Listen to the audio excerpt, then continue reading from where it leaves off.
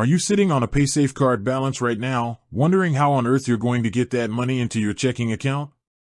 Maybe you received it as a gift, or perhaps you used it for a secure online purchase, and now you have leftovers just sitting there. And you're looking at it thinking, is this money trapped? Am I going to lose this hard-earned cash? I get it.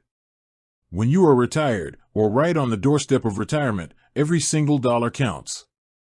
You cannot afford to let money sit idly in some digital voucher where it does you absolutely no good, or worse, where fees start eating away at it. You want your money where it belongs, safe and sound in your local bank account.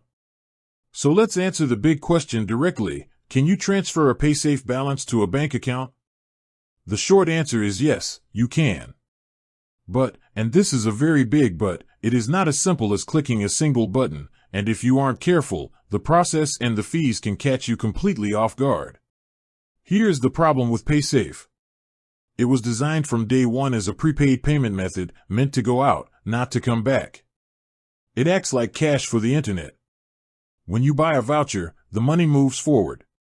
Reversing that stream and pushing that cash backward into a traditional brick-and-mortar bank account requires navigating their specific rules.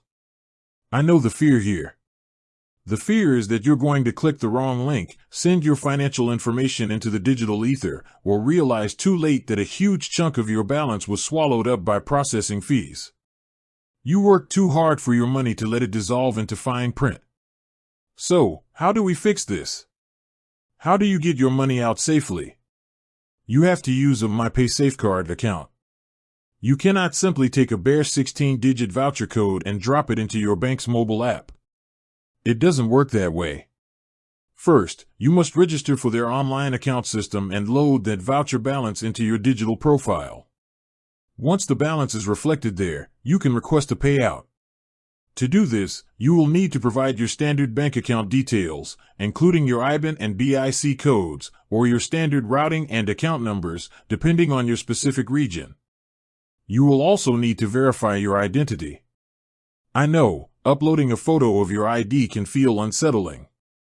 But look at it this way, it means they are following strict financial regulations to ensure the money actually goes to you and not a fraudster.